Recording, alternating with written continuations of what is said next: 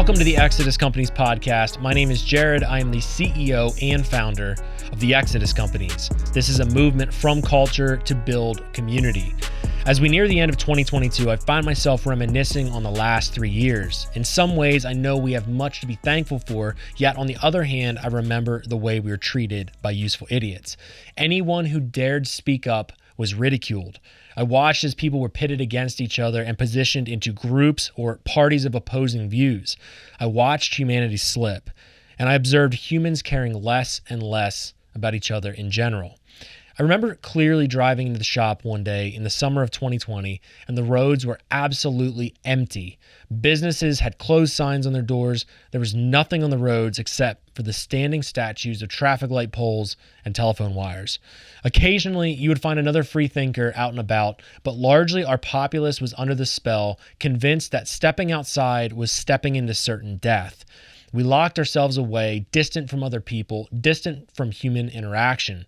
Many Americans watched the death toll counters on their favorite mainstream media outlets as the media and politicians made wild claims about this new pandemic.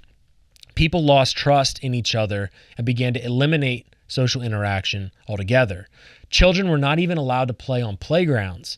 The playground where my children loved to play had caution tape wrapped around it, and a police officer guarded it on most days. I hope that officer feels proud of his service to his community. Gyms shut down, restaurants closed, family gatherings ended. The media spin was intense. I say these things as a reminder to what occurred. It is absolutely vital that we remember the true history of what we witnessed.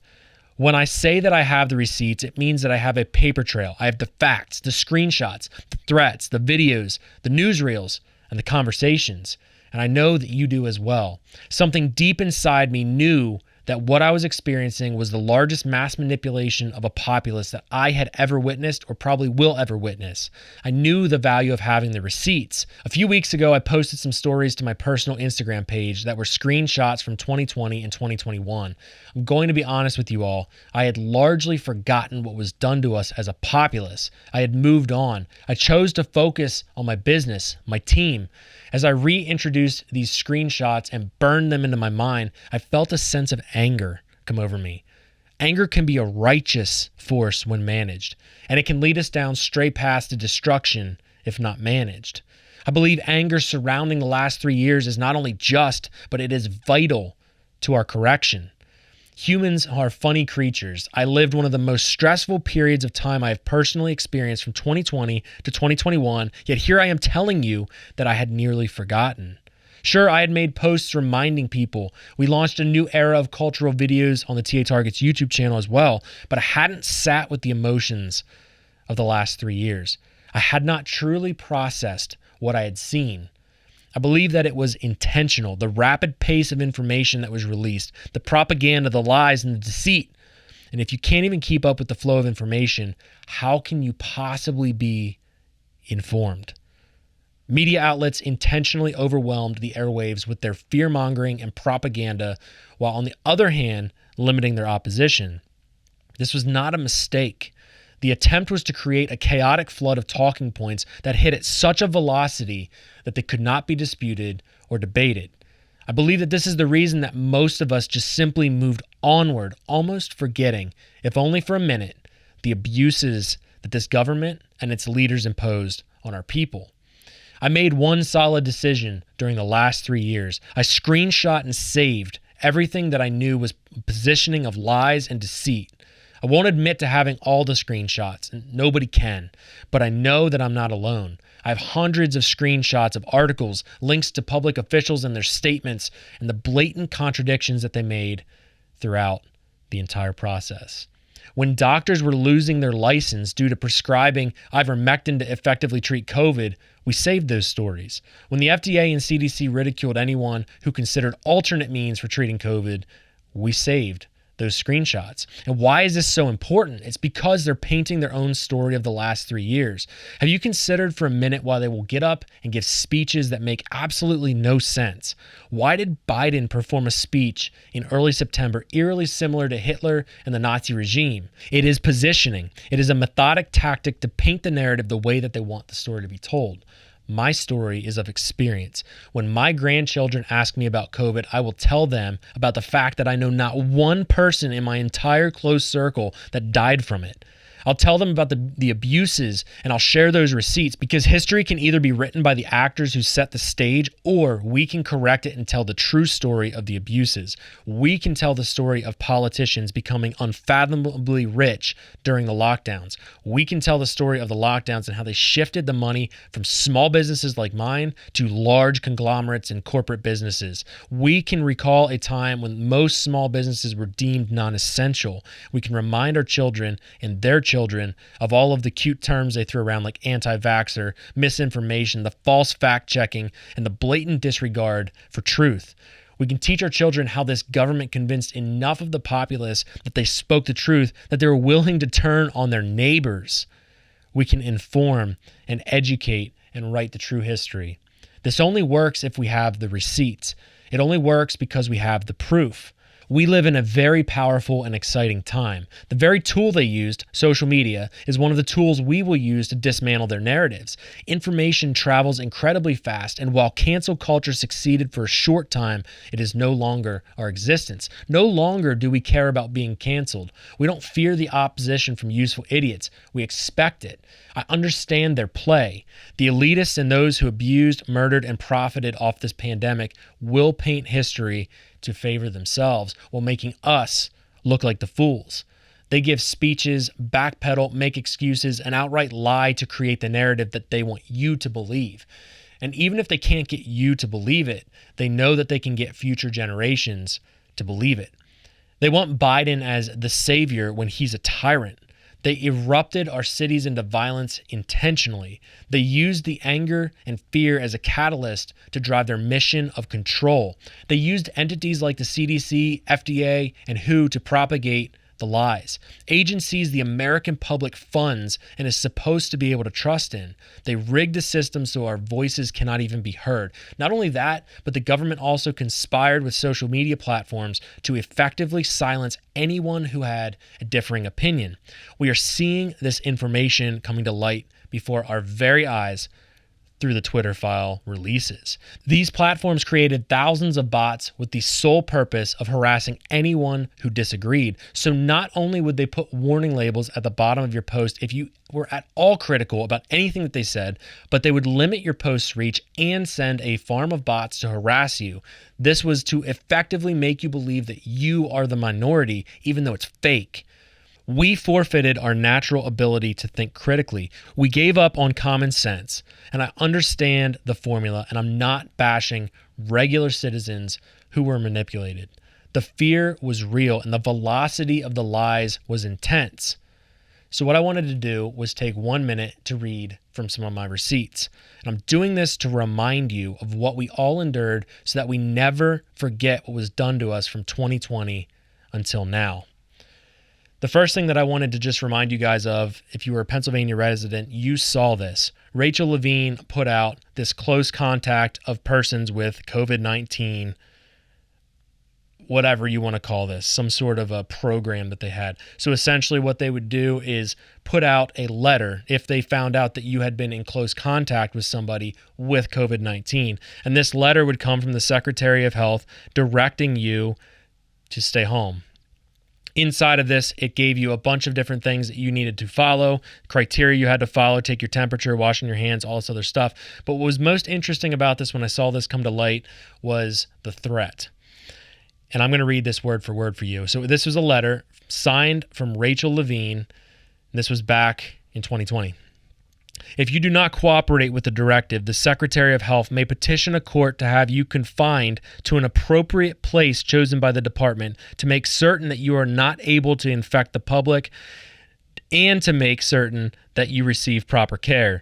This may be a hospital or some other appropriate place, whichever the department determines is best suited for your case. You will be kept there until the department determines it can release you from quarantine. Think about that for a second. Let that sink in. I'm going to read that again.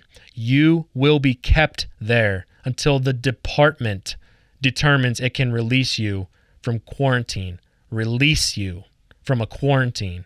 Law enforcement may be called upon to the extent necessary to ensure your compliance with this directive. There was a toll-free number that was released along with this directive to rat your friends and family out because these people, these vile, evil creatures, decided that their needs, their wealth, their power, their hunger for more trumped your right to even live. And our governor in Pennsylvania put out a tweet on Twitter: "I won't sit back and watch residents who live in counties under stay-at-home orders get sick because of local leaders and how they who live in counties under stay-at-home orders get sick because local leaders cannot see the risks of COVID-19 and push to reopen prematurely. Today, I'm announcing consequences for counties that do not abide by the law to remain closed." That they do not abide by a law to remain closed. These were not laws that our governor passed. These were dictates that a weak excuse of a man put out to try to control the citizens of Pennsylvania. This was a man who continued to do this and fearmonger to the people. He demanded that you stayed home. He demanded that your business stays shut. This man, I say that term very loosely, was willing to completely destroy everything for you. And for some of you, the actions of men like this killed your family. It actually killed your family member, the person you loved. This is the kind of man who made it impossible to be with your family member while they were dying. This is the man who led our government to threaten you with the disclosure with the program that I just read a couple seconds ago that was released out by Dr. Rachel Levine. This is the man that was willing to send police to your business to kill you if you decided to stand up against them. If you decided to resist, you would either be arrested if you're lucky or murdered on the spot. I need you guys to remember what 2020 was like. And that's why I have these receipts. And it makes me angry when I sit back and think about the fact that people that we voted for, you could argue whether we did or didn't, but people that were voted into an office of service were willing to destroy their fellow citizens to gain more power. The last thing that I wanted to read, and there's hundreds of these, this is not encompassing, you guys know this, was President Biden's speech. And this was a pretty crazy period here where President Biden blamed everything on the unvaccinated. While the vaccines provide strong protections for the vaccinated, we read about, we hear about, and we see the stories of hospitalized people on their deathbeds among the unvaccinated over these past few weeks. This is a pandemic of the unvaccinated. And it's caused by the fact that despite America having an unprecedented and successful vaccination program, despite the fact that for almost 5 months, free vaccines have been available in 80,000 different locations, we still have nearly 80 million Americans who have failed to get the shot. 80 million Americans didn't buy your shit. That's what that is. 80 million Americans decided, and honestly, I would argue that there's far more than that. There's far more people that didn't get that shot because they didn't believe in the lies. They didn't believe in the manipulation of the media. They didn't believe in what these weak men said to us, lied to us about. And I know many of you are tired of hearing about it. You're tired of thinking about the last few years. Some of you lost everything. I understand the desire to just move forward, but if we do not act as a community, this will repeat. It will repeat faster than you could ever imagine. We have a window of opportunity to continue speaking into culture, to continue becoming stronger. We have a chance for real change, but it requires us to remember the history and repeat the story of the true actions of those who abused us the last 3 years. And I want to leave you all with this. We will win this battle by living lives worth speaking of. Live with purpose and conviction. Stick to your morals no matter what. Become the best version of yourself for your friends, family, and community. When we demand excellence from those around us and we breed excellence through all things, we can see a true cultural revival. And keep those receipts. You just never know when you'll have the opportunity to correct the narrative and correct someone's mindset around the story of the last 3 years. Your story is valuable, And I want to leave all our people with one last story of encouragement from Nehemiah 4. And I pulled these versions from the ESV Bible. Forgive me for the name pronunciation. But when Sanballat and Tobiah and the Arabs and the Ammonites and the Ashdodites heard that the repairing of the walls of Jerusalem was going forward and that the breaches were beginning to be closed, they were very angry, and they plotted together to come and fight against Jerusalem and to cause confusion in it. And we prayed to our God and set a guard as a protection against them day and night. In Judah it was said, "The strength of those who bear the burdens is failing. There is too much rubble. By ourselves we will not be able to rebuild the wall." And our enemies said, "They will not know or see till we come among them and kill them and stop the work."